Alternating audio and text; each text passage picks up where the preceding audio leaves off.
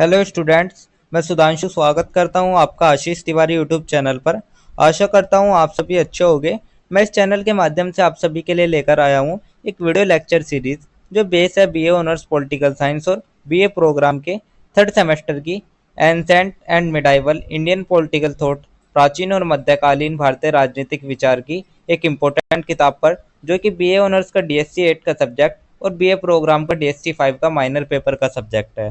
तो स्टूडेंट, अगर आप ड्यू, सोल, रेगुलर या किसी और यूनिवर्सिटी से ये सब्जेक्ट पढ़ रहे हैं तो ये सीरीज आपके लिए बहुत ही उपयोगी होने वाली है। हर चैप्टर को हम सिंपल भाषा में समझेंगे, इंपॉर्टेंट कॉन्सेप्ट्स को ब्रेक डाउन करेंगे और एग्जाम पॉइंट ऑफ व्यू से भी डिस्कस करेंगे।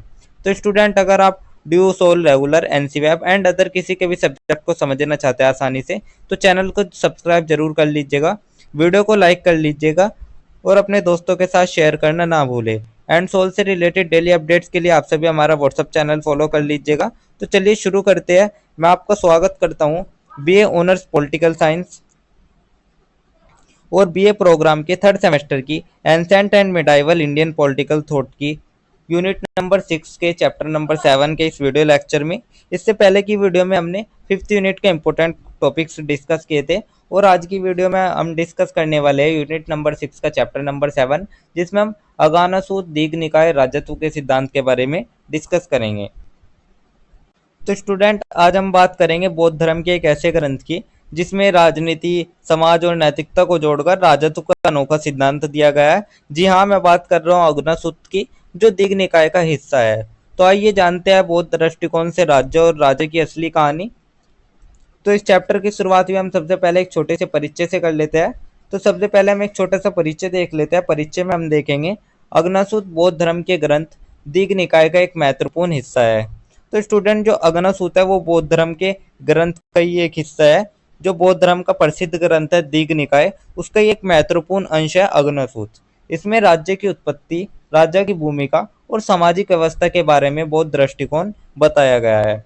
यह ग्रंथ आदर्श समाज और राजनीति के सिद्धांत को धर्म, नैतिकता और जन कल्याण से जोड़ता है। तो जो हमारा अग्नासूत है, इसमें राज्य की उत्पत्ति, राज्य की भूमिका और सामाजिक व्यवस्था पर गहन चर्चा की गई है।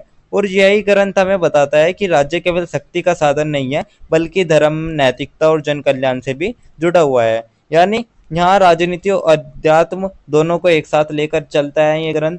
तो यही था हमारा एक छोटा सा परिचय। परिचय देखने के बाद जो हमारा नेक्स्ट टॉपिक आता है वो हमारा आता है राजनीतिक अधिकार एवं कर्तव्य का विषय। अग्नासूत के अनुसार राजा को जनता के प्रति उत्तरदायी होना चाहिए। राजा के अधिकार है शासन करना, न्याय देना, कानून लागू करना। राजा के कर्तव्य है जनता की सुरक्षा, आर्थिक समृद्धि, नैतिकता की रक्षा और सभी के साथ समान व्यवहार। तो अग्नासूत में कहा गया है कि जो राजा है वो केवल शासक ही नहीं है, बल्कि जनता के प्रति उत्तरदायी भी है। तो राजा के जो अधिकार है, जैसे कि शासन करना हो गया, न्याय देना हो गया, कानून लागू करना हो गया, ये तो राजा के अधिकार हो गए। लेकिन राजा के कुछ कर्तव्य भी है, जैसे कि जनता की सुरक्षा करना, आर्थिक समृद्धि लाना, नैतिकता की रक्षा करना और सभी के साथ समान व्यवहार करना। और ये राजा के कर्तव्य ही नहीं है, बल्कि इसमें हमारे प्रजा के कर्तव्य भी है। प्रजा के भी कर्तव्य कानून का पालन कर देना और सामाजिक शांति बनाए रखना। तो केवल राजा ही नहीं, बल्कि प्रजा के भी कर्तव्य है, जैसे कि कानून का पालन करना जो राजा द्वारा बनाए गए हैं, कर देना, और समाज में जो शांति है वो उसको बनाए रखना। तो यानी जो शासन है वो एक दो तरफा अनुबंध है, राजा और जनता दोनों ही एक दूसरे की जिम्मेदारी है। तो यही था हमारा राजनीतिक अधिकार एवं कर्तव्य का विषय। इसके बाद जो हमारा नेक्स्ट टॉपिक आता है वो हमारा आता है बौद्ध धर्म में राजत्व एवं राज्य का विकास। तो बौद्ध दृष्टिकोण में राज्य की उत्पत्ति समाज में नैतिक पतन और अराजकता से हुई। लोगों में आपसी सहमति से एक नेता चुना जिसे महासम्मत कहा गया। यह पहले राजा था। तो स्टूडेंट, जो बौद्ध दृष्टिकोण है उसके अनुसार राज्य की जो उत्पत्ति हुई है वो समाज में नैतिक पतन और अराजकता से हुई है। जब लोग एक दूसरे पर अन्याय करने लगे तो सबने मिलकर आपसी सहमति से एक नेता चुना जिसे कहा गया महासम्मत। तो यही पहले राजा बने। राजा का चयन सामाजिक अनुबंध, सोशल कॉन्ट्रैक्ट की तरह हुआ। प्रजा ने कर देकर सुरक्षा और न्याय प्राप्त किया। तो जो राजा और जनता के बीच है ये समझौता कुछ वैसे ही है जैसा कि आधुनिक समय का सोशल कॉन्ट्रैक्ट। तो जनता कर देती थी और बदले में जो राजा होता था वो उन्हें सुरक्षा और न्याय देता था। तो यही था हमारा बौद्ध धर्म में राजत्व एवं राज्य का विकास। इसके बाद जो हमारा नेक्स्ट टॉपिक आता है वो हमारा आता है अग्नासूत में राज्य की अवधारणा। तो इसमें भी जो हमारा सबसे पहला टॉपिक आता है वो हमारा आता है राज्य का उद्देश्य है। धर्म की रक्षा, अराजकता को रोकना और लोक कल्याण करना। तो जो अग्नसूत है उसमें कहा गया है कि राज्य का जो असली उद्देश्य है वो धर्म की रक्षा करना, अराजकता रोकना और लोक कल्याण करना, ये सभी राज्य के उद्देश्य है। राज्य को धर्मराजा होना चाहिए जो नैतिकता और करुणा से शासन करे। शासन में बल, लालच या अत्याचार की जगह सत्य, दया और न्याय का प्रयोग होना चाहिए। तो जो राजा है अग्नसूत में कहा गया है कि राजा को धर्मराजा होना चाहिए, यानी कि एक ऐसा शासक जो सत्य, करुणा और न्याय से शासन करे, बल, लालच और अत्याचार की जगह दया और नैतिकता से शासन करे। तो ये जो दृष्टिकोण है इसमें राजा को केवल शासक ही नहीं बल्कि एक नैतिक मार्गदर्शक के रूप में भी माना गया है। तो यही थी हमारे अग्नसूत में राज्य की अवधारणा। इसके बाद जो हमारा नेक्स्ट टॉपिक आता है वो हमारा आता है बौद्ध दृष्टिकोण एवं सामाजिक राजनीतिक समानता के विषय। तो ये हमारा आता है, इसमें हम सबसे पहले देखेंगे बौद्धिक दृष्टिकोण वर्ण व्यवस्था को स्वीकार नहीं करता, सभी मनुष्य समान है। राज्य में किसी जाति, धर्म या वर्ग के आधार पर भेदभाव नहीं होना चाहिए।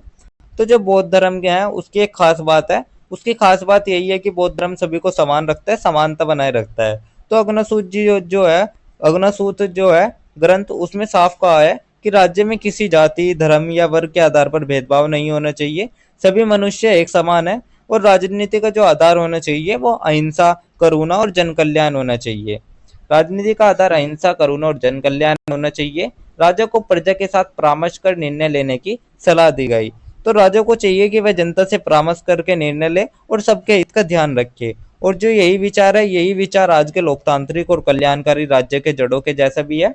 तो यही था हमारा बौद्ध दृष्टिकोण एवं सामाजिक राजनीतिक समानता के विषय, जो कि हमने देख लिया है। इसके बाद जो हमारा नेक्स्ट टॉपिक आता है वो हमारा एक छोटा सा निष्कर्ष के बारे में आता है। तो हम एक छोटा सा निष्कर्ष देख लेते हैं, पूरे चैप्टर का एक छोटा सा सारांश देख लेते हैं।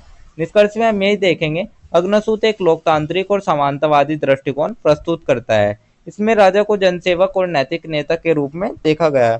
तो स्टूडेंट, निष्कर्ष यही है कि जो अग्नसूत है उसमें हमें एक कल्याणकारी, नैतिक और लोकतांत्रिक राजत्व की परिकल्पना मिली है। और इसमें राजा को न तो निरंकुश शासक माना गया और न ही केवल कर वसूलने वाला व्यक्ति।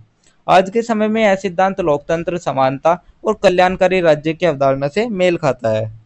तो जो राजा होता है, अग्नसूत में बताया गया है कि राजा जनता का सेवक, नैतिक नेता और सुरक्षादाता होता है। और जो आज का समय है, जब हम लोकतंत्र, समानता और कल्याणकारी राज्य की बात करते हैं तो उसकी जड़ें हमें इसी बौद्ध दृष्टिकोण में दिखाई देती है।